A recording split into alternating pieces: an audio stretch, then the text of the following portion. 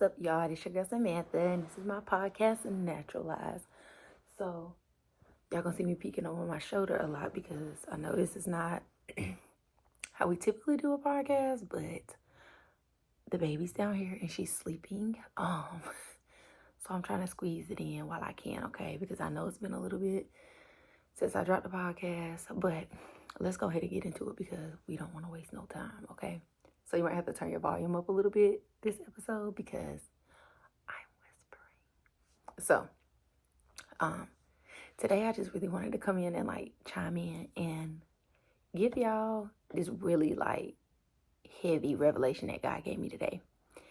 And I want to talk about it because I had anticipated on talking about it with my homegirl Inez, which was the last episode that y'all saw. We actually ended up shooting 2 podcasts when I was in Maryland.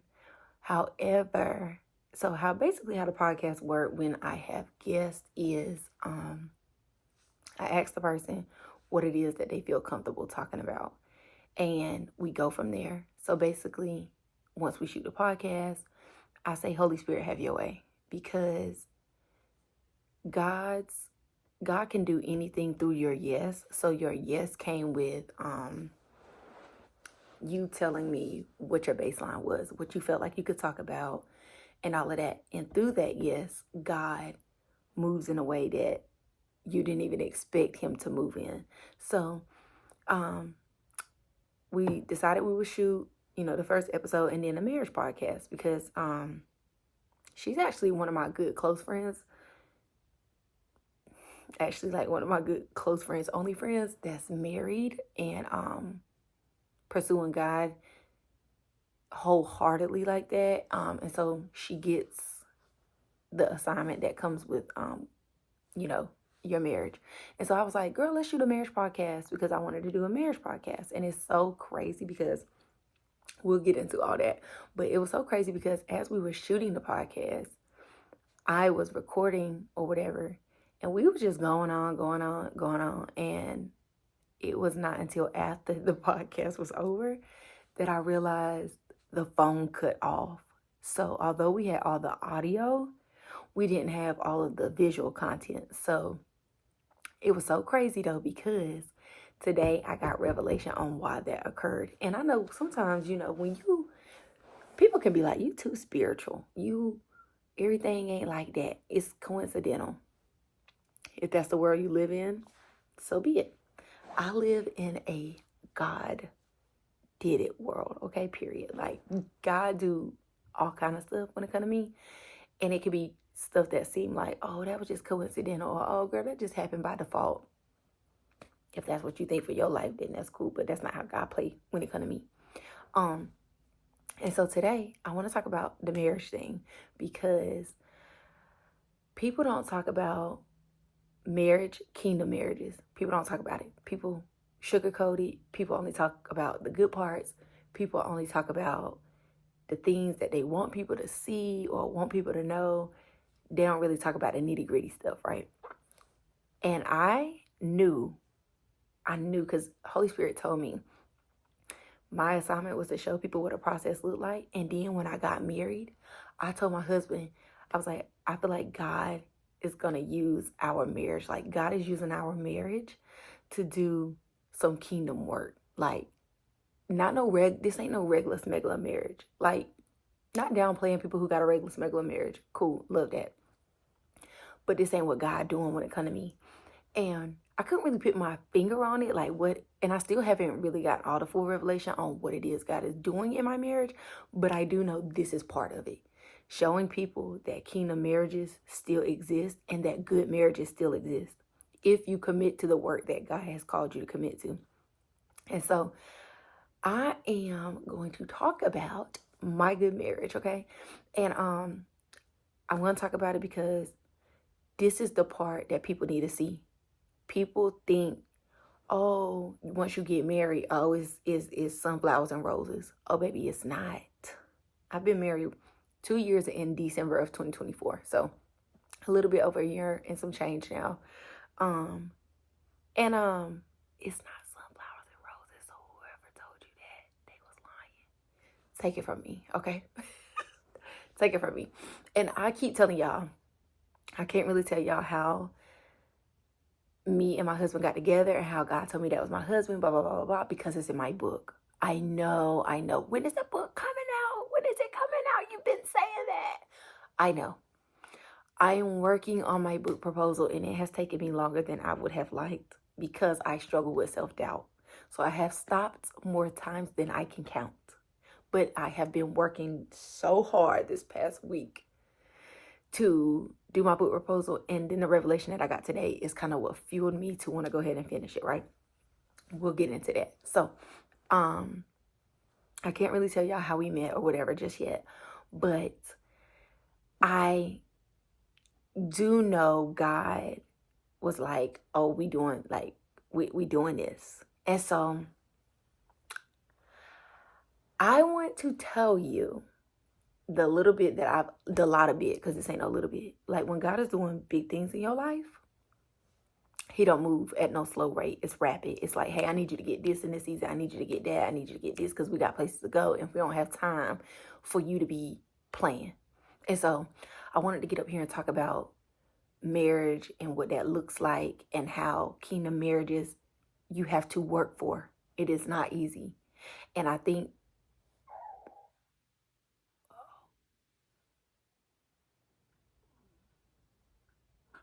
people don't talk about it because they be thinking like, oh, I don't want such and such in my business. I don't want my marriage stuff to be out there. I say all the time, the baby's waking up. So if you see me step away and come back, give me a minute, because I don't like to put my baby on the camera. But I say all the time, there's a difference in being messy and being messy and being authentic. This is real life. These are things we go through. If you don't talk about it, people don't get delivered. If you don't, this is the life of being a mom. Hold that thought.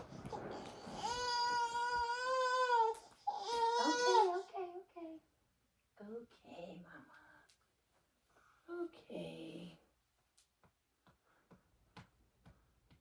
Okay, mama. Sorry, y'all. Oh, you had a burpee. Mom was trying to record this while you was sleeping. You don't stay sleeping long. Okay, I'm back. Kind of, sort of, in a way. So, I think that there's a difference in being messy and talking about things that you're really going through, because people don't get delivered if you don't talk about it. And so my assignment is to show people what a process looks like, and I have to do so by sharing the things it is that I go through. And I love that for me, even when it's hard. I love it for me because I love it for me because it made me feel like I don't have to live a lie. Like, I can be okay, and I can know that every season is going to have some form of adversity, and I don't have to pretend that everything is glitter and gold. I don't have to do that. And so the thing I love too is that God don't really use the good parts. He always uses the broken parts when it comes to me. And so it doesn't even surprise me that I have to talk about what a marriage looks like by telling what I'm going through and dealing with in my own marriage. And I wanted to get up here and talk about how you have to work for the marriage it is that you want. And people don't talk about that because they only show the good parts of the marriage. They only take the pictures when they go on the vacations. They only, tell you, oh, we're buying this, or oh, we're going here, or oh, we did that, or oh, we did this. They don't talk about the things that you two had to overcome and endure behind the closed doors. And so in the season of my life, I have been dealing with some things in my marriage where I am like a person who needs a lot of affection. And I need a lot of affection because I was neglected of affection when I was a child. I didn't really get a lot of love. Was the black sheep, wasn't my mom's favorite child. And so I didn't receive a lot of love. And I wasn't affirmed in ways that I needed to be affirmed in. And so I have been my own cheerleader my whole life. And if you've been your own cheerleader, then I'm sure you know what that looks like. It gets exhausting. And it's hard, especially when I deal with self-doubt. I allow myself to believe sometimes because of the enemy, the things he likes to plant in my mind, that I'm not good enough. I don't have what it takes. I can't do it, or girl, it's not going to turn out the way you want it to turn out, or the way you think it's going to turn out. And so I struggle with those things. And so in those moments, and even in not in those moments, I look to my husband to show me affection. And in the season of our life right now, my husband is not really able to show me affection because he himself really doesn't know what affection looks like. And I say that because it can be like, oh my God, girl, your man not show you no love. You would think that, right? But when you are driven by God, for one, you don't care what people think. For two, you don't care what people think. And for three, you really don't care what people think. And for four, you realize that everybody has something that it is that they struggle with. And things that may come natural to you, or things that may come easy to you, may not come easy or natural to someone else. And that's totally fine. So right now in this season of my life, my husband doesn't really show a lot of affection because he believes that, if I show you I love you by doing things. So he provides, he does this and he does that, and that's his way of showing love. And I'm like, well, that's not my way of showing love. Like, I need a hug. I need to be told this. I need to be told that. And so in this season, we've been in a rough spot because I'm having to love my husband through this season of him not knowing how to be who I need him to be for me. And I'm not gonna lie, it's been a tough season because it's been some moments where I'm like, oh, I'm doing a merch drop, or oh, I got this going on, or oh, I'm trying to expand this way, or I'm trying to expand that way. And I look for my husband to, affirm me in ways that I need it, and he can't because he doesn't know how. And I remember at one point I had gotten a little frustrated, and I was like, God, I'm not understanding. And that's when I got the revelation that he can't show me affection in the way I need to because he himself have never received that. So he doesn't know how to do something. He doesn't know how to do the thing it is you're asking him to do. And that gave me so much, like, it lifted so much weight from me. And it lifted weight from me because I was then able to detach my emotions from things that God had allowed me to see, because he knew I would be able to handle that information correctly. And so instead of saying, well, you don't do this or you don't do that, in a manner such as that, yes, I would bring it up just to remind him of, hey, these are some things that, I hope you aim to, learn how to do or whatever. But I didn't have to like belittle him.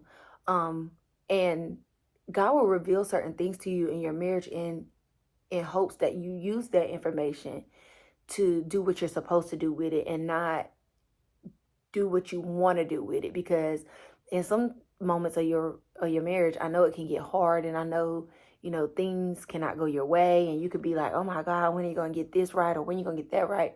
But when God gives you information and insight and clarity on something that it is you've been praying for, and he gives you that information, he's giving it to you because he knows that you either A, are going to do what you're supposed to do, or B, do what you want to do.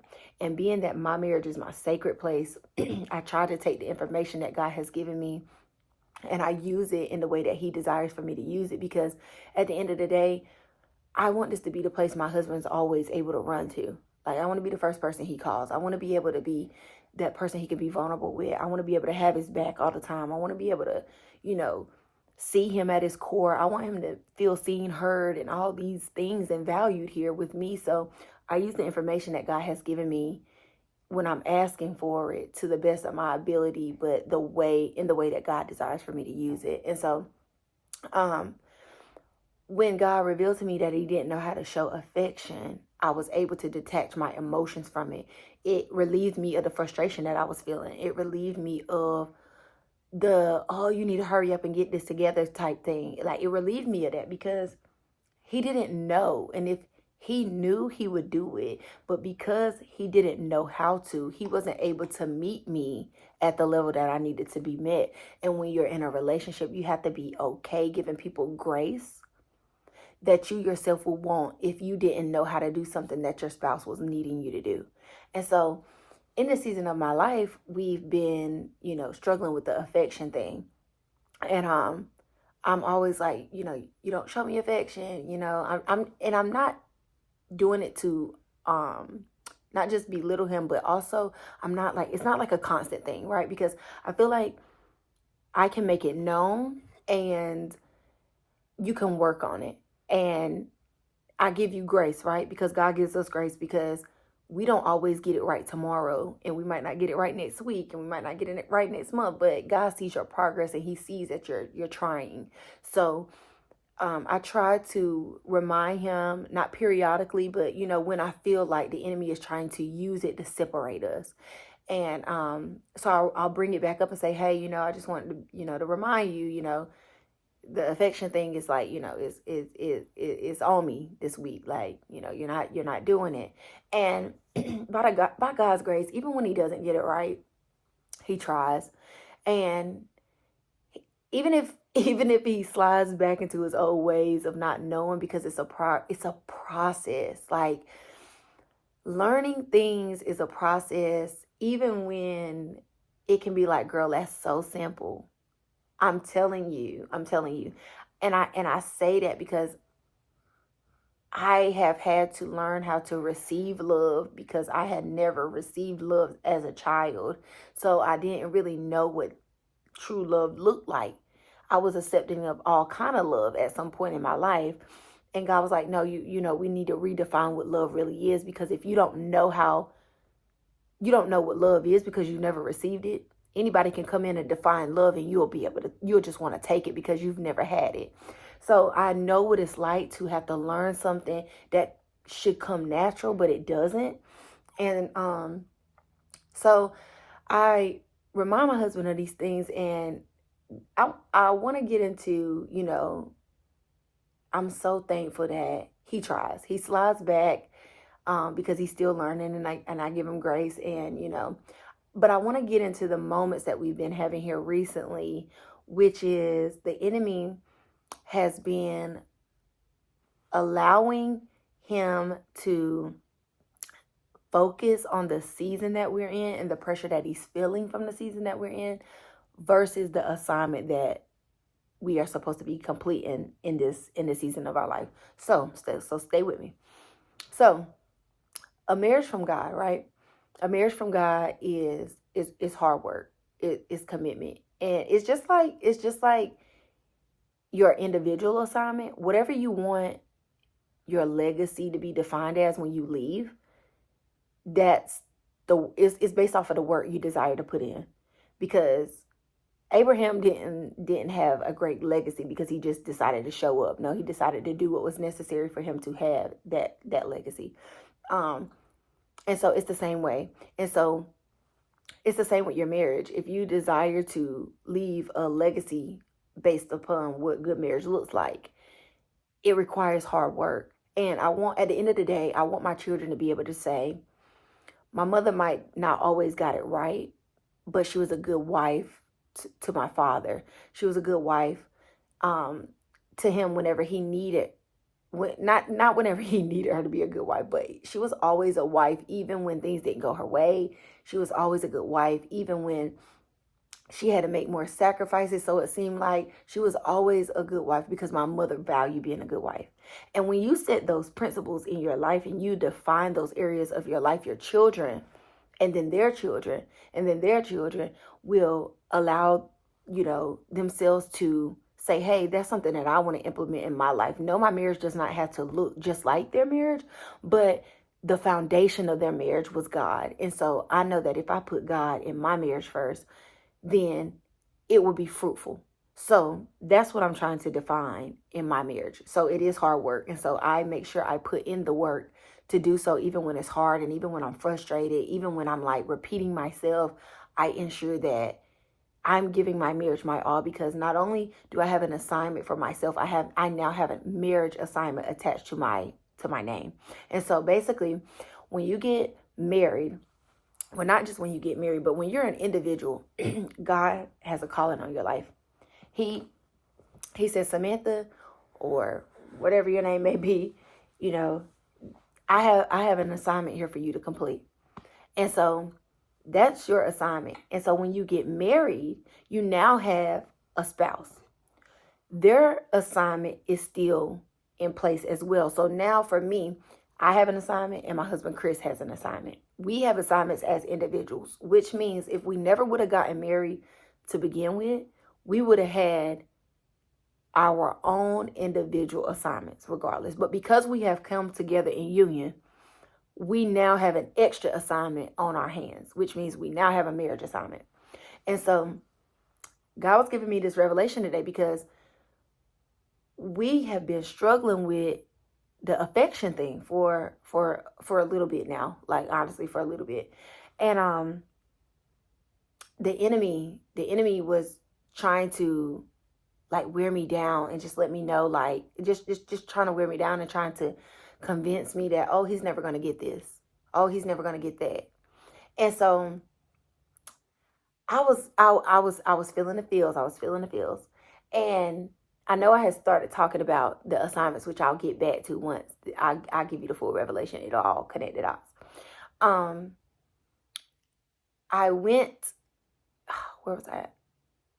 Oh, so we've been dealing with this for quite some time, and the enemy was trying to like weigh me down.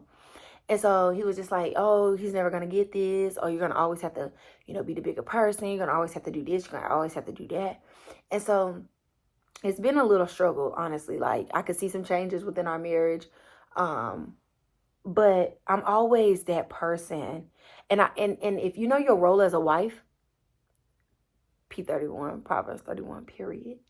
If you know your role as a wife, then you know it is the wife's job to bring the husband to Christ. My husband is already in Christ, but I feel like in this season of my life, God is using my faith. And I always say, when I die, I want to be remembered by my faith. I always want people to see the faith that I had and for them to be like, oh my gosh, she has such immaculate faith that I saw God do amazing things through her. And if I implement that type of faith in my own life, God will do some extravagant things in my own life. And so God is using my faith to show my husband that faith can take you by far further than any degree, than any amount of money, than any knowledge that you know, than anybody that you know. Faith is what will take you to the end of the earth and experience God in ways that people never experienced God before. Because it says it in the Bible, it is impossible to please God without faith. And so in this season, God is using my faith. And I was talking to my husband and I was telling him how, you don't really show affection or whatever the case may be, because I'm always having to be that person to reel us back in, because that's who I am. That's my assignment right now. And I'm okay with that. Now, if my husband does see some things that he doesn't like, he doesn't typically come off immediately and say it. I'm that person who's like, hey, let's sit down, have a conversation, and then boom, it goes from there or whatever. That's just who I am. All my friends are like, you're the mom out of the group. They always say that. I'm the mom. So, I took it to my husband the other day and I was just like, hey, I've noticed some changes in our relationship and, you don't really, show any affection. I was just kind of trying to see like, where you at, like learning how to do this for me, because this is something I need. This is like my love language. And if you don't do it at some point, I'm going to feel like you're not giving me what I need. And the conversation didn't really go well. It didn't really go well, if I'm being honest. But because I felt I had been praying about this for over 2 weeks now. I like literally got like journal entries in my journal where I was talking about, God, I just need you to like, are you talking to him? Because like, I don't see no progress being made. Like what like what's going on? Are you advocating? Are you advocating for me? Excuse me. Because like I need to know. And I was just saying to God, I was like, well, God, I'm just gonna ask him. And I felt God gave me this sense of peace, right? He gave me this crazy amount of peace. And if you follow God, you know the peace I'm talking about. He gave me this peace that allowed me to go and have this conversation with my husband and say, hey, this is what I feel and this is what I need you to do. And the peace that I had allowed me to hear the words that my husband was saying and not get caught up in my emotion. Because sometimes when we go and we talk to our spouse, we could be so full of emotion that when we go, we hear things we don't want to hear. And so we act out of emotion instead of listening and dissecting what was said and then responding. Sometimes we respond out of emotions. And because I desire to not do that, I can say, God, I thank you for that, because me and my husband have had some very hard conversations, and I'm so thankful that God has done his work within me for me to be one of those people who is slow to speak, and I listen, but I listen. And I say that because I remember being in some seasons in my life where my mouth off rip. Because now if you know me, then you know the old me. I could cut you deeper than a wound could cut you. Like, an open wound, me. Like, I could cut you so deep. My words will have you second guessing who you are. And because I've been delivered from that by the grace of God, I've been delivered from that. I no longer operate like that, because I do know that once you say something, you cannot take it back. So even if you didn't mean it, you couldn't take it back. And I've also learned that when you have a lot to say and you haven't really thought it through, the best option probably to say is nothing. Like, it's probably just best to say nothing, because you don't want to have to stand on the words that you already said that you really didn't mean. So I am not that wife. And I love that for me. I love it for me because people would be thinking that, oh, it's not possible. My friends would be like, Samantha, how in the world are you not saying something? Like, how in the world? Do you know the things you've said to us? Like, and I'm like, y'all, this is my husband. Like, I can't do that. I know we joke around all day and we play all day, like me and my friends. And I could say these things to y'all, but like me and my husband, we can't do that. Like, we can't do that. And it's because I value what my marriage stands on. And I don't want to have to play catch up in my marriage, especially based off of something that I said out of anger. I don't want to do that. So I say what I mean and I mean what I say. And so even if I hear words that I don't want to hear, I take a minute, even if it's a day or so, take a minute, process those words, and then come back and speak after that, because I'm just not about to speak on emotions and say something that I do not mean, because it's just not worth it to me. And so I am always listening and being receptive to what's being said, even when I don't like it.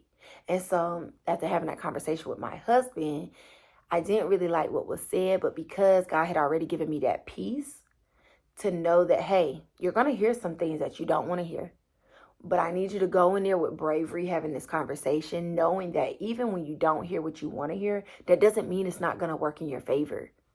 God don't always do things the way you want God to do things. But if you let God be God, oh, he going to do it in a way that would have been better if you wanted to try and do it your own way anyway.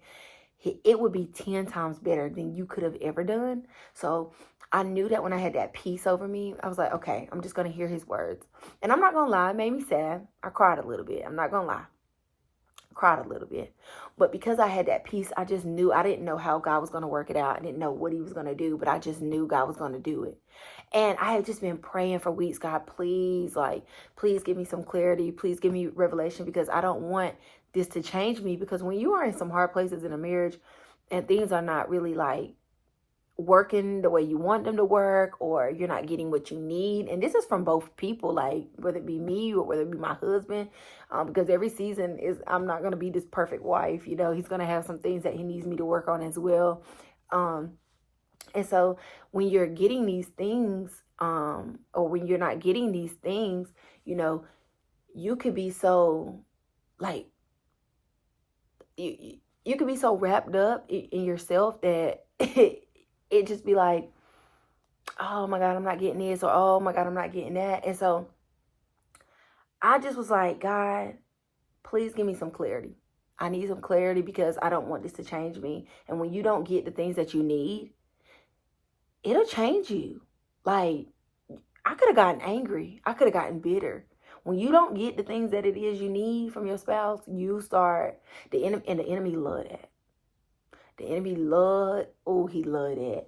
He will love to try to plant something so small, the size of a mustard seed, because you don't need a lot for a garden to grow. You take one seed and look how many strawberries plant from that one seed. Look how many, what squash come from a few seeds planted. The enemy only need one seed, and boy, you'll have a garden in your head by the time he's done working with you. And he'll plant that one little thing. He'll see, oh well, her husband's not showing her affection. I'm gonna plant in her head that he don't support you. He doesn't do it. He doesn't do this. He doesn't do that. And I'm like, and I'll entertain it, because we had those moments. If we being honest, we had the moments where we operating in our flesh and we say, God, I'm trying to convince myself that this is not true, but the math ain't mathing, because externally it appears that this is right. This is true. He doesn't support me. He doesn't show me affection. He doesn't do this and he doesn't do that. But it's the enemy. And so you will get so wrapped up in that it starts to change you without you even knowing. And before you know it, you're bitter. Before you know it, you're angry. Before you know it, you responding out of hostility. Before you know it, you being petty. And I was like, God, I was journaling, and I was like, God, I just don't want this to change me. I know I'm not getting what I need in this season, but God, give me grace. And I remember God saying, oh, you got to give him grace. And I remember saying, well, God, how long does grace, how far does grace go? And what humbled me, he said, you're going to give him grace because I give you grace. And I gave you grace even when you wasn't following me. So there is no such thing as grace running out, because even with you following me now, you still fall short and I still give you grace. So there is no how long does grace go? Because if my grace don't run out with you, then your grace don't run out with people as well. And so I was just like, okay, well, I'm just going to continue to cast my cares onto the Lord. And I'm so thankful that I have friends in Christ who are able to help me in those moments. And it could be like, oh my God, you don't need to be telling people about your marriage. You need to have solid people in your life and in your circle who can help you navigate through certain things in your life. That's what community is for. Community is to hold you accountable. Community is for you to be able to be vulnerable. Community is for you to be able to carry your thoughts and allow you to cast your cares onto your friends, because the Bible speaks about that. Especially then when two or more are gathered, here he is in the midst of them. I need my sisters to be knowing what's going on, and I need them to be in prayer with me, because I need the shackles to be broken. Okay? So I remember telling my friends, and I'm like, I need prayer in this area. I need help in this area. And so I'm so thankful to have that outlet as well. And so I'm praying, and I'm like, God, I just need, I need something, because I know you saying grace is this. I need something. And so I was journaling, and I'm just like casting my cares on the Lord, just saying, God, please just give me some clarity. Just help me get through this season, especially after we had the conversation. And because, and it's so crazy, because I had said, and if you know Paul and Silas in the Bible, and it's so crazy because this is all the revelation. I don't know if this podcast is all over the place. I'm trying to be a mom at this moment, trying to record this podcast because it's been a minute, but also trying to make sure I get everything out. And so like, God, just have your way. Okay. And so if you know Paul and Silas, when they was in the prison, they had got in prison because they was preaching the gospel. And, when they was in prison, they were shackled and chained up, and they had a security guard watching them or whatever. And they were in the prison, and they were singing. It said they were praying, singing hymns, and it was one other thing. I can't remember. But they were praying, singing hymns, and they were, they were in shackles or whatever. And as they were singing, it said they were singing hymns with an S, which means they sung more than one song. And they were singing, out of nowhere, an earthquake came and it shook the prison, and the chains, like the prisoners were free because the chains came off. And so they, remember, were being monitored by, don't let this fall. They were being monitored by a security guard. And so the security guard's job was to watch them to make sure they didn't get out. And so he thought that he woke up because he had fell asleep. And so when he woke up, he realized the chains had fell off, the shackles had fell off, and he thought they left. So he was about to kill himself. And they were like, whoa, whoa, whoa, don't kill yourself. We still here. So I say that to say they were singing. And if you know, then God honors your praise. Like he loves when you praise him, especially when you in some stuff that that you don't like to be in, and you still give God praise. He loves that. So I say that to say, the same way Paul and Silas was set free from them praising God, I knew that that was a way that God could free me as well. And for the past 2 weeks, I've been attending Elevation Church for about a month now. And they have this song called, I don't know what the song is called. I can't look because it's on my phone, but I just know it goes, like, I sought the Lord and he heard and he answered. I just been singing it like nonstop, because I knew my marriage was something that I was praying about. I knew it was something that mattered to me. And if you know God, then you know in the Bible it says God cares about what you care about. And so I was like, I'm just going to keep casting it on God. I'm just going to keep mentioning it. God, I know you get tired of me talking about it and just be in my journal entry every night. But God, I'm not leaving until you do something. And so I say that to say, I got this crazy revelation today, right? And so I remember I said that I had a conversation, didn't really like how it went. Had my moment where I was able to process my emotions, but the peace still remained. And I love that for me because, again, I didn't know what God was going to do, and I didn't know how he was going to do it, but I knew he was going to do it some kind of way.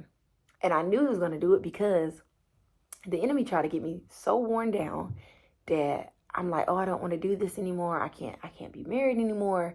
I can't, be with somebody who doesn't show me affection and blah, blah, blah, blah, blah.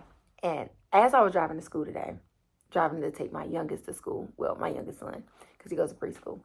I was driving to take him to school, and last night I got the best sleep that I've gotten probably since the baby's been born. And that was 6 months ago because my baby turned 6 months today. And we slept so good, man. We slept so amazing. I felt so revitalized and so rejuvenated. And as I was driving to school this morning to take my son, the revelation hit like before I could even pull out of our subdivision. And God reminded me of what I just told y'all earlier about the individual assignments. He said, you always say, you already know. He was reminding me of the things that I knew. He was like, you already knew that everybody has an individual assignment. You have an assignment. He has an assignment. And this is how marriage works now. When you are, God was like, I'm teaching you both things individually because you have an assignment for yourself as an individual. Then I need for you two to come together to share the knowledge that it is that I've been teaching you individually in this season because it's compatible. And see, I've learned this about a marriage is that God does work in each of you individually. You come together, share the information because it's useful for the two of you. What I'm learning can be applied to his life, and what he's learning can be applied to my life. But the marriage does not move individually. It moves as a unit, which means you have to commit to the individual work that it is that God is teaching you in this season. He has to commit to the individual work that it is that God is teaching him in this season. And then when you have met the benchmarks for the season and learned what it was that God was teaching you individually for the season, God will move the marriage to the next step. So this morning, God was reminding me, he was like, you already know that. You tell people that. And it's so crazy because I always say that. And he was like, right now he's not learning what needs to be learned in this season. And so that's why it's not moving. This is why this is still a thing months later, because he's not learning what needs to be learned. And so I say that to say, it's so much, like, it's so much, it's so good. The enemy will put the pressure on you or have you focus on the pressure that it is that you're going through in the season that you're in. Because let's be real, you face adversity in every season. Every season. You're never going to be in a season where something is not going, like, something is not going right. Did I say that right? Yeah. Something is going to always be going wrong. Something. Because if not, then faith cannot be produced. So there's going to be some form of adversity every single season that you're in. But the goal is, when you enter in those seasons, in the new seasons, the focus should be, God, what is it that you're trying to teach me in this season, so that I don't miss the mark, and so that I can obtain what's needed for me to get where I'm going. Seasons are enjoyable, don't get me wrong, but enjoyable seasons should not be the center focus. We have moments that we are able to enjoy in the season that we are in, but enjoying a season should not be the first thing on our mind. The first thing on our mind should be for us to learn what it is that God is teaching. And so when you go into that season, you say, God, I'm focused on what it is you're teaching me, however you decide to teach me, whether it's through adversity, whether it's through blessings, whether it's through whatever. And so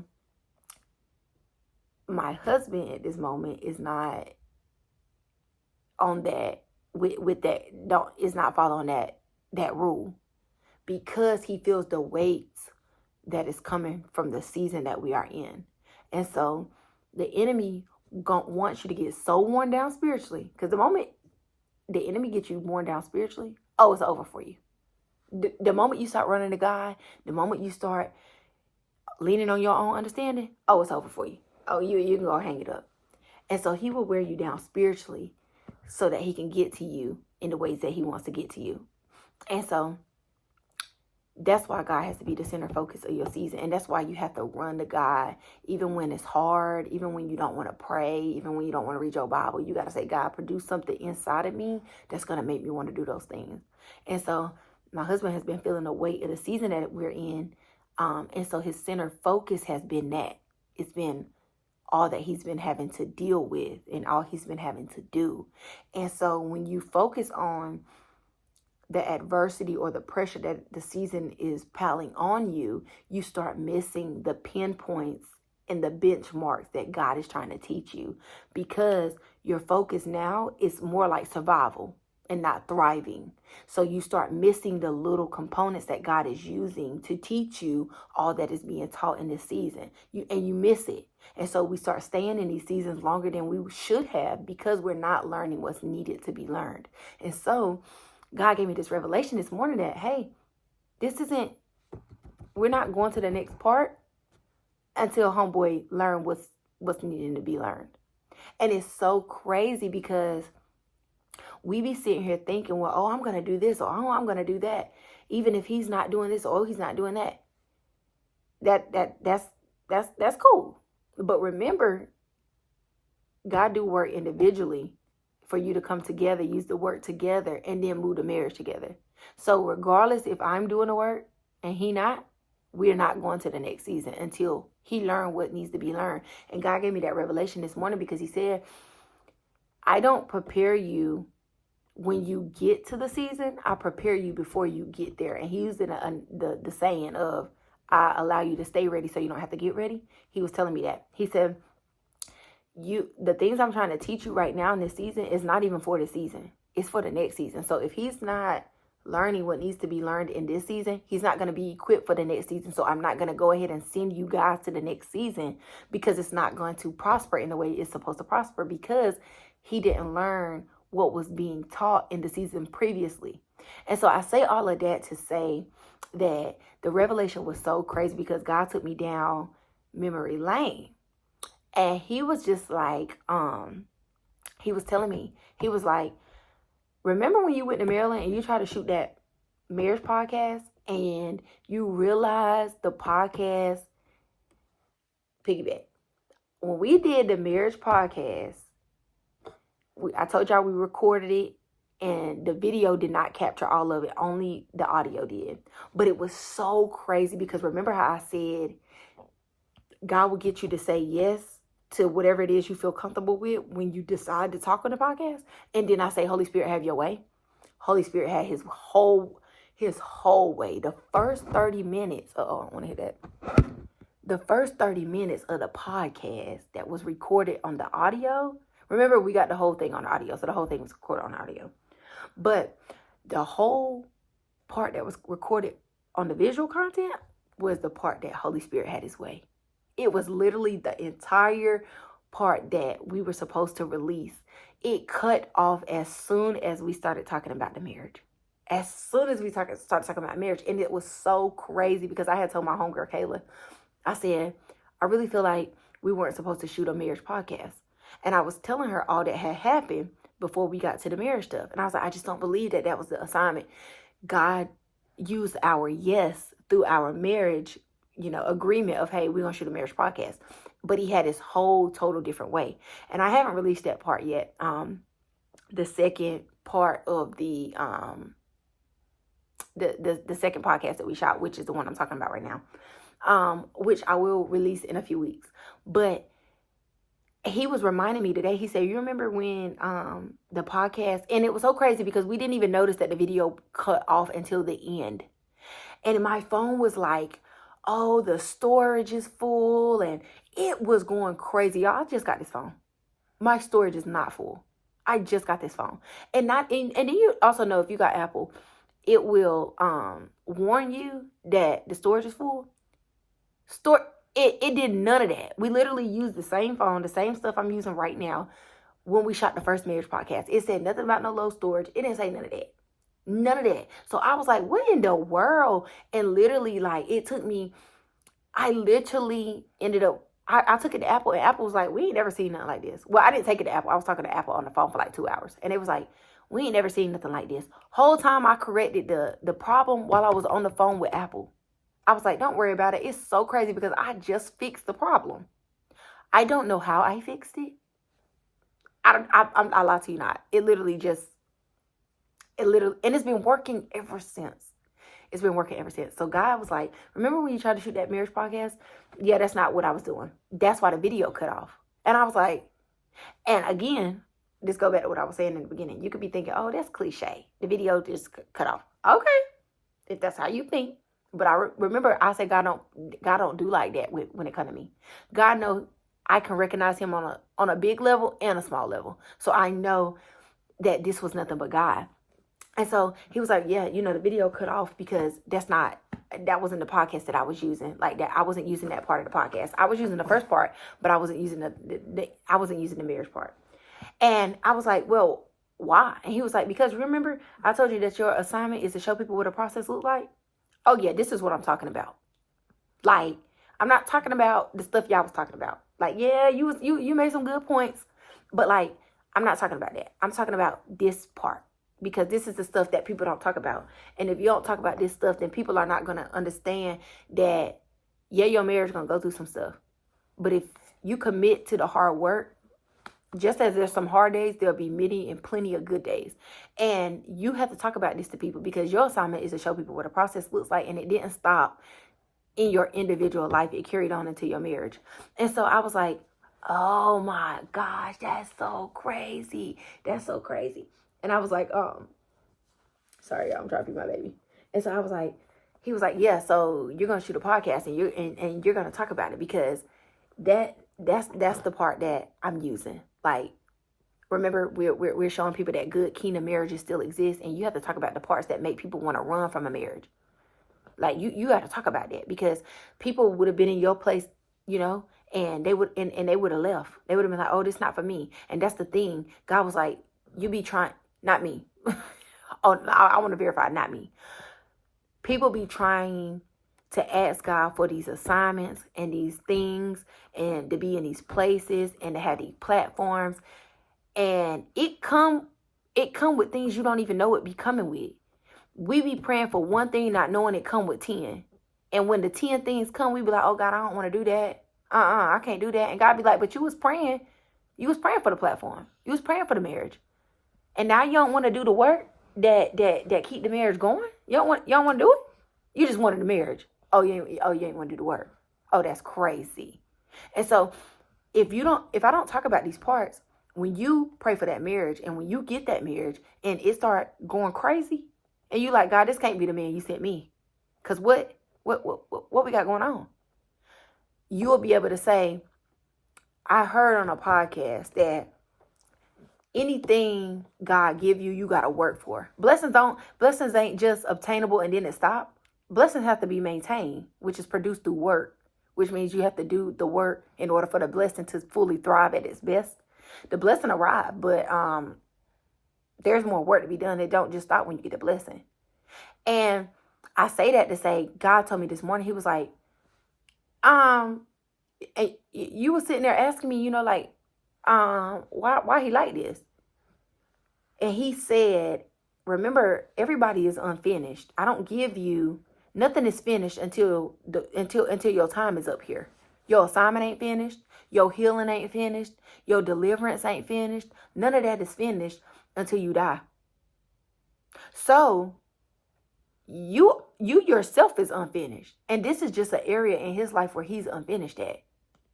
And so you got to give him grace. And you also got to do the work to love him through it, because God told me this is not who he is. This is how he is. This thing that he's experiencing and that's causing him to act in this manner of not being able to show me affection and stuff like that. That is not who he is, because I know my husband's baseline. I know, because that's why I married him. And that's the thing you have to continuously remind yourself of and allow to resurface on your brain, is why you married that person. And see, people be getting married for the wrong reasons, but that's another podcast. We ain't here for that. People get married for the wrong reasons, and when it's time to go to war, because when you realize the enemy ain't just after you, he gonna be after your spouse too, because when God is doing a kingdom thing, oh baby, it ain't just about you. He gonna attack anything he can. And when you don't have nothing to stand on because you married for looks or you married for money, oh baby, I'm gonna pray for you, okay? I'm gonna pray for you, because I'm gonna pray for you. But that's another podcast. So the work is unfinished, and this is an area that I'm having to love him through and to fight through, because the enemy desires for me to be like, oh yeah, I'm done. No, I'm not doing that. Whole time there's something inside of me that my husband could be like, oh yeah, I'm not doing that either. But because I remember the things that made me fall in love with my husband, it makes me say, I know this is something we're dealing with in this season, but that's not who he is. It's how he is. And when God do the very same thing that he did for Paul and Silas, break them shackles, oh, he not going to be like that no more. He ain't going to be like that no more. He going to be exactly who I need him to be. And so God was like, that's not who he is. That's just how he is. And there's going to be some seasons of your life where that's not who you are. It's just how you are. And it's because you're unfinished. So if you let me do the work that I need to do, he won't be like that no more. And I was just like, oh my gosh. And it was so crazy, because Sunday, my pastor preached and she was talking about packing, how you pack for a trip and how she's an overpacker. But when they go on that trip, everybody be running to her because she overpacked. So she have everything that everybody else left at home. And so I didn't know at the time, but that's why I say I got this revelation today. I didn't know at the time that this was going to be a part of the revelation until this morning when I was driving, taking my son to school. He was like, remember when the pastor said, unpack your stuff because you're going to be here for a while? He was like, you're going to have to settle here, because not settle in a way of like settle for less. Settle as in like get comfy, because you're going to be here until he learn what he need to learn in this season. And I'm not moving y'all forward until he get what he need to get. Because when God is packing us, he's allowing us to pack. We're going on a trip. And in this season of our life, we're packing. And so if you don't pack what's necessary for the trip you about to take, when you get there, you're not going to have what you need. And so I would rather overpack than to underpack. You know what I mean? So when she was like, she was an overpacker. And when they go on a trip, God gave me the revelation of, at least in this season, when you get to the next season, even if you've been here for a while, you'd rather be overpacked than underpacked. And you'll have everything that you need when you go on that trip. Because you don't go to the trip first and then be like, oh yeah, well, some of y'all might, but you don't go on a trip most of the time and be like, oh yeah, I'll just buy clothes every day. I'll just buy everything on a day-to-day basis. I'll do that. You don't do that. You typically pack and then you go and then boom, you got everything you need. So in this season of our life, we're packing. And God would rather us overpack than underpack. So we in this season where I'm learning what's necessary. And I'm thankful. Because again, God uses the knowledge that he's teaching you individually so it can help both of y'all together. So I'm glad that I am learning what's necessary, because I'm able to feed him and, reel him in and say, hey, let's go. You got some work to do. You got some things to do so we can get moving. But God was like, I would rather you overpack than to underpack. So unpack your stuff right here for a little bit, because y'all gonna be here until he learn what's necessary. And when he learn it, it may be like, oh, we've been here for a long time, but you'll be overpacked, but you'll be prepared for the trip that you're going on to, which is the next season of your life. Because God don't get you ready when you go to the next season. You be already equipped to handle what is necessary in the next season. And it's so crazy because the title of the sermon at my church was, you have everything you need for the season that you're in right now. And so I say that to say, the revelation hit so heavy for me this morning. It gave me such clarity. And I just remember singing again, I sought the Lord and he heard and he answered. Because I was like, God, I need something to keep me anchored, because the enemy is trying to play with my mind. And this morning, I lied to you not, I've had the best day today. I ain't done nothing spectacular. Like, I haven't done anything spectacular. I've had the best day today because my burdens were lifted. I took my burdens to God and I casted my cares on God. And because I sought the Lord for clarity and for understanding, and I didn't lean into my own understanding, and I allowed God to give me what I needed and not what I wanted, he was able to do what he needed to do. And so this morning, after I got a full night's rest and good sleep, he gave me the revelation today. And I was just like, oh my gosh. And I've been in the best mood, had the best day. And I knew it was nothing but God, because even though I'm still in this season and God has not corrected the thing that it is that, I'm praying for, like for my husband to show a lot of affection or whatever the case may be, I also know that I have the tools and I have the light load to be able to continue to give him grace. So when God, and it goes back to what I was saying, when God give you that knowledge, you can either do what you want to do with it, or do what he tells you to do, or do what he tells you to do with it. And because God has given me all of this revelation today, I am now able to continue to give my husband grace, even if it takes 2 more months for him to show me the affection that I need. And so that is what marriage is. It is literally a continuous sacrifice. It's a continuous sacrifice where you're going to always have to see the other person as you see yourself. And that's why when you're in a marriage, you should always know who you are as an individual. Because when you know who you are as an individual, you won't allow the season you are in to shape who you are. You'll know, hey, no, that's not who I am. It's just what I'm dealing with. Again, it's not who I am. It's what I say. It's not who he is. it's not who he, yeah, I don't forgot. It's not who he is. It's how he is. So it's not who I am. It's just how I am. So, and when you go in them seasons where it's hard and stuff, you won't let it change who you are. And so that's why it's so important to know who you are as an individual, because you'll stand firm on knowing who you are, because the enemy will come in when he see, oh, she's struggling in this area, or oh, he's struggling in that area, and he'll try to shape you in a way that you know you're not. He'll try to convince you, oh, you're like this, or oh, you're like that. The whole time you really not. So you got to stand firm in knowing who you are and who God says you are when you go in these seasons, because when your spouse is acting out, or your marriage is not going in the way that you would like for it to go, you are able to say, I'm going to give him grace, and I'm going to love him through all of this, because I would want the same for myself if it was me and he had to extend that to me. And so when you see people as you see yourself, it allow you to love and to give grace in a way that's so unexplainable. That's why the Bible say, love your neighbor as you love yourself. When you realize people don't really love themselves the way they say they do, you then understand why they treat people the way they treat people.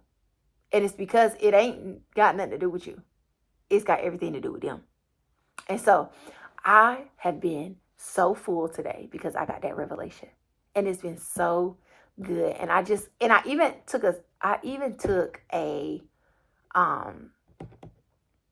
a big, huge step of faith, right? I took a big step of faith, and I wrote down all of the things that I had faith that God was going to do in my husband. I put, God is going to allow my husband to feel in the smallest ways, where he's so sensitive to the smallest thing. And when I say sensitive, I'm not saying a crybaby. I'm saying sense is God's goodness and his presence in the smallest way. Because if you are just the type of person who can only sense God when God doing something big, boy, are you missing out. Because when you realize God ain't doing big things in every season, you'll be able to pay attention to the small things, because God be trying to pay attention. God be trying to use small things to see if you paying attention, and if you in tune like you supposed to be. So I was like, God, I just pray, and I have faith that you're going to allow him to be sensitive to the smallest things, that he's going to be so affectionate and so loving that I'm going to forget the days where he wasn't. And I can't wait to follow up with this testimony when I say, y'all remember when I shot that podcast and I was talking about this and that? My husband is like this now. Like, I have faith to believe that. And I'm so thankful that God has given me such revelation for me to have that, because I want my marriage to work. And I also know that nothing comes easy. You have to work for things. And because this is part of my assignment, it's gonna, for one, be attacked in ways that you don't want it to be attacked, because the enemy wants you to opt out. Because if I would have opted out by saying, oh, I want a divorce, lives wouldn't be changed through my assignment that's connected to my marriage. My marriage is to show people what a process looks like. My life is to show people what a process looks like. That's my purpose. All the way from my career, I left nursing, and God finna do big things with you, black girl. Y'all finna see it on CV, in Target. Y'all finna see it everywhere. So remember this. For real. Like, finna be the first millionaire in my family. Okay, period. This podcast finna go places. Like, y'all gonna say, I remember when she started that podcast and she was shooting it in her basement. I can't wait. I tell y'all that all the time. I can't wait. This is the process. It's gonna go from this to that. And if you let God do some processes in your life, you won't live an average life. And so if I would have opted out of my assignment with my marriage, people wouldn't be set free. And so the enemy desired for that to be a thing for me. And I'm so glad that now I have this revelation, because even when things don't go my way, even when I'm having a moment, I'm able to use the knowledge that God has given me to extend grace to my husband, because I don't have to act on emotion. God has given me revelation and knowledge for me to apply in those moments where the enemy desires for me to act out of emotion.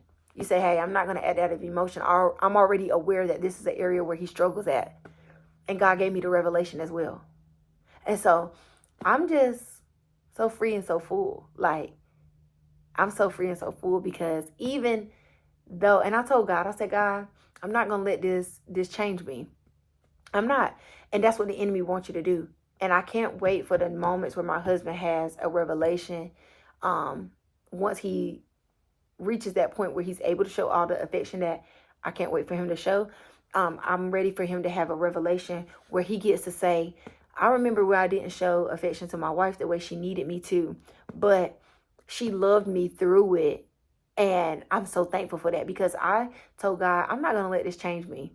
When you go through things in your marriage and you don't like it, you could be like, oh, I'm not doing this anymore. You don't do this for me, so I'm not doing it for you. I'm not doing that. I'm not doing that, because I am not about to block my blessings, and I am not about to be held up in no season when I got places to go. I got places to be and I got things to do. I'm not going to be sitting in no season because I can't let go of these things that don't even matter. I'm not doing that. I'm not. So I was like, God, I'm not going to let this change me. I'm going to continue to be the wife that I am. I'm going to continue to love him the way that I love him. I'm going to continue to be who I am. And I'm not going to let the enemy convince me to be petty. I'm not going to let the enemy convince me, oh, I'm not going to do that. I'm not doing that. And so when my husband comes home, I've been giving him all kinds of kisses, all kinds of love.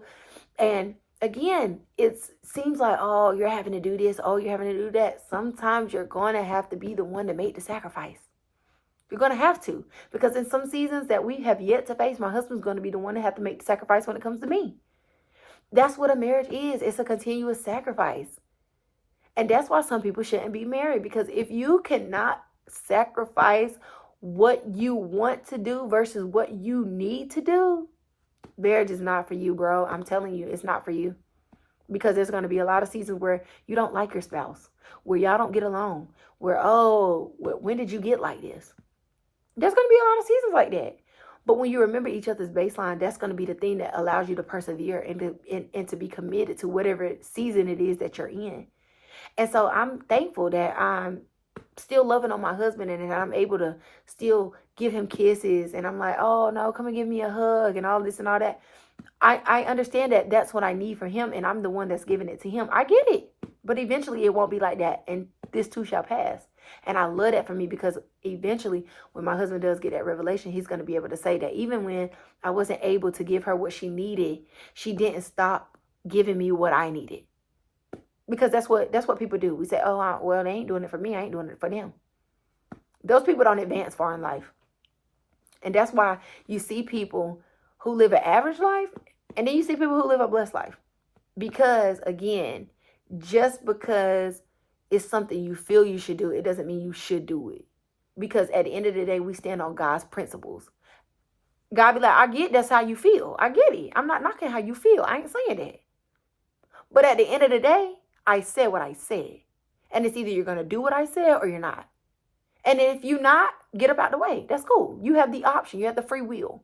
But if you want this marriage to prosper the way you want it to prosper, and the way I've said and allowed you to know that it's going to prosper, because God has told me my marriage is going to be great. It's going to impact so many lives.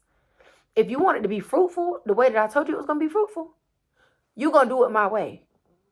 And if you ain't, then go figure it out for yourself. And you're going to be living in chaos, more chaos than what you really think you're living in.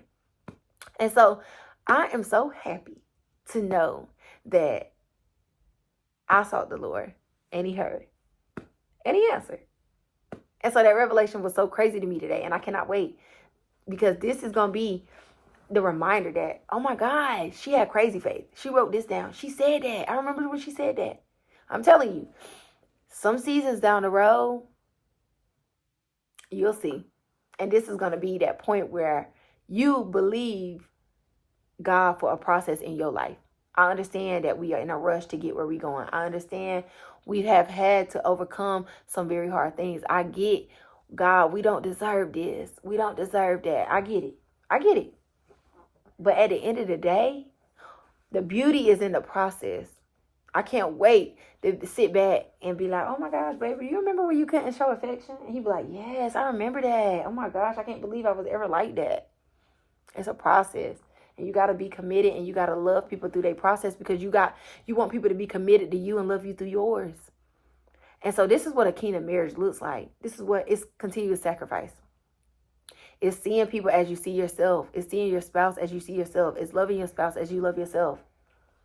And it's also knowing that the enemy gonna try to do anything he can. He gonna do that with you. He gonna do that with y'all. He gonna do that with your friends. He gonna do that any way he can. The enemy will use anybody that's connected to you. And he'll use them when he can't get directly to you because he know you're gonna be affected in some way, form, or fashion. But when you know what you know, you can't unknow it. And that's the goodness of God, because a revelation gonna give you what you need to know. And when you go to see it again, you're gonna say, nice try, buddy, but you can't get me because I already know. And so because I know, I can't unknow it. And because I saw it, I can't unsee it. And that's what it is. And that's just that on that, period. Okay, period. So I'm so happy that I was able to get up here and shoot this podcast, because I've been so focused on like, oh my gosh, God, my husband hasn't really been free enough to watch the baby so that I could shoot podcasts. And I'm just like, look, I'm gonna have to wing it, because like this word can't wait till tomorrow. It's gotta be dropped today. Okay, like I can't wait. And so I was so happy that the baby has cooperated. I've been feeding her and she's been kind of like lingering around right here, but I'm so happy that she has been cooperating and has not been crying and stuff. That's the goodness of God. That's the goodness of God. We thank you for it, God. We love you. And so I'm so happy that I was able to record this podcast and get it out, because it's been a couple of weeks and God knows I desire to be in this place where I'm at, where sharing the gospel and sharing things. And if you do not follow me on TikTok and you want more, I know I'm not always available to drop podcasts every day, but I do try to shoot every week. And I know there has been a lag in the past few weeks because I've had some podcast issues, but I'm back and I'm better. And if you need something like on a continuous basis, you need to go over the TikTok. Hopefully they don't ban it. But Father God, we ask you right now that they don't ban TikTok. You go over to TikTok and you follow me. It's Naturalized Podcast, the same as it is for the YouTube channel. Go over there. I'll be on there all the time. Like I'm dropping a word almost, I ain't gonna say every day, but you might, some days it's more frequent than others, but at least about every week or so. I've had some seasons where I had to take a little bit of time off because of God's, stop and start. But if you want to, get something to hold you over and to keep you anchored, maybe on a day where you in the slums or you need a good word, go on over to your girl TikTok page. It's Naturalized Podcast, and tune in over there and show me some love over there. And like, subscribe, comment, whatever to this video. I just love all that God is doing in my life. And I'm just happy to be able to show people what a process looks like and to show them that God is not a one-way God. He will meet you right where you at, and he will literally transform the entire dynamic of your life. And I love that for me. I do have a merch drop coming up. I didn't get to tell y'all the last one because I didn't shoot a podcast before I dropped it. But there is a merch drop coming up. I don't have the official date, possibly by the weekend, but it's already Tuesday. I'm not really sure, so probably next week. But if you tune into my TikTok, you will have all the deets. And I always leave the Etsy information in the description box. That's where I sell at. So if you're interested in getting you some Be You Black Girl merch, I also dropped some new stuff. God Girl and the God Girls Always Win. I dropped that too. And I got some more stuff coming out too. And a few things for the fellas. I got some stuff for the fellas coming out. So stay tuned. I am doing a Be You Black Girl casting call very soon. I need some models and I need some people who can represent my brand and, be a part of the photo shoot as we, start doing some more networking and we start branching out some more and stuff like that. So be on the lookout for that, because that's in the progress. That's in the process of being a thing. So I'm so happy that I was able to get up here and chat with y'all today. And I'm so thankful that God has given me the revelation that he has given me today. And I hope, even if it didn't apply to your marriage, I pray that it has applied to you in some way, form, or fashion, and that you are able to navigate through these seasons knowing if you seek the Lord and you ask him, he will give it to you. Because it says in the Bible, you have not because you ask not. And some of y'all don't have because you haven't asked. And so this is your girl, Samantha, and this is my podcast, Naturalized. Until next time, be you, Black Girl. 'Cause I had enough Holy Spirit.